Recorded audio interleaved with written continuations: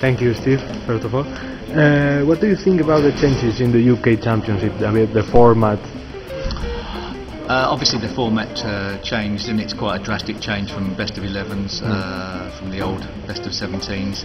But I think you've got to understand that whilst we all within the game would like to see matches played over a longer distance, living in the real world we have to make sure it's entertaining, and probably the audience, the modern day audience, has less patience than the old audience, so we need to sort of bear in mind that we have to perhaps make things a little bit quicker, just trying to get the balance right, and best of 11 is different from best of 9.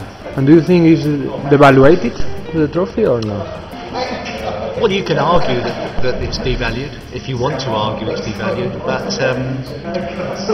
I think you have to work out what's important in the game, and I think if you looked at tennis, best of 5 sets, everything's best of 5 sets, so therefore it's not like snooker isn't played over best of 9s regularly.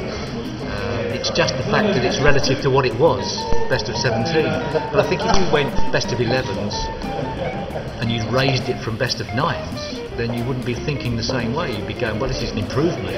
But I think the balance is okay. I mean, yeah, but I think to some degree it's nice when the public who come along to watch see a result, that they don't come for a session and don't see a result.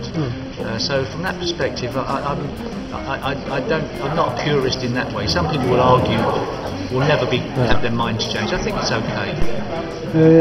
For you, which years were the best for a snooker player, to be a snooker player, now or 20 years ago?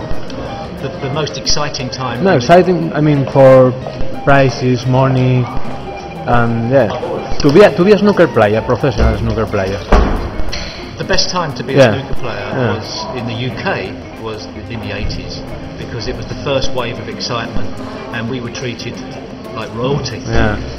Even though that now we have more prizes, or money prize, I mean. Worldwide, the game is changing quite rapidly, and I think there is the possibility that if it continues to develop in many more countries, that there is a future point where it's better to be a player in the future than it was in the 80s. But when I look back at how players were recognised, how players were treated, even the players that weren't winning all the time were still earning quite decent prize money, because there were smaller amounts of players in the game. I think I'd have to say the 80s was probably the best period to have lived through, but the standard has never been better, so that, from a fan's point of view. So before was easier to be a top 16 than now, no? Being a top 16 player in the 80s was a guaranteed passport to being a celebrity on TV, earning a certain amount of prize money, getting lots of public recognition, and always being on the TV. Now it's changed. You have to fight for your place on TV. Anything you could change of the format of ranking points, the actual format? But the ranking list is always a major topic of discussion. Sometimes we are too close to this subject, and everybody talks about the ranking list from their own head, from their own perspective. Yeah, of course. If you look from the general public's perspective, it's nowhere near as big an issue. They see the players that win, and they see the players that are the winners high up in the rankings. We start arguing about the 16, the 32, the 64. Yeah, at the end, if you win, you will be... Whichever ranking list you go by, the winners will always be there or thereabouts. I know you are doing the Q zone with boys and girls.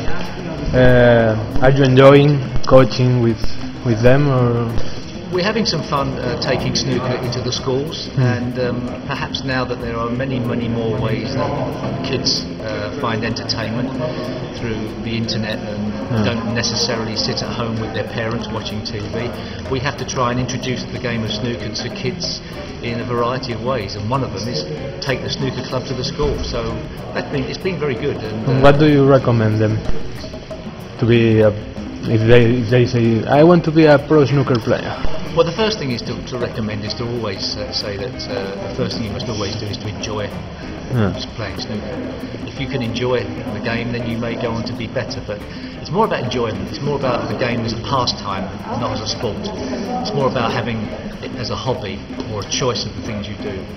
We're not trying to find great players. We just want to say, you like a game of snooker? Well, perhaps ask your father to take you to the snooker club. Well, I told you that I'm from Spain. You know that next week there is a European tour in Portugal. What do you think about? What could you recommend us to keep growing? It's difficult to make things happen in a country. A lot of money. It has to be sponsors. It has to be led from TV, and all you can do is hope that if it's on Eurosport and more and more people start watching every year, that more and more clubs will need to open, and eventually you'll break the point where you're struggling and it grows. I don't think you can make it happen. It has to happen naturally. So as long as more people are watching year upon year upon year on TV, the job is being done, even if it's slower than you want it. And the last one, do you think the snooker has a bright future? I think it's a fascinating subject, because in the UK we think that the game is dying. Snooker clubs are closing, but of course we know worldwide the audience, the TV figures have never been better. So yeah, I think it's shrinking in the UK but growing worldwide, so I think it has an excellent future. Thank you very much. Thank you very much.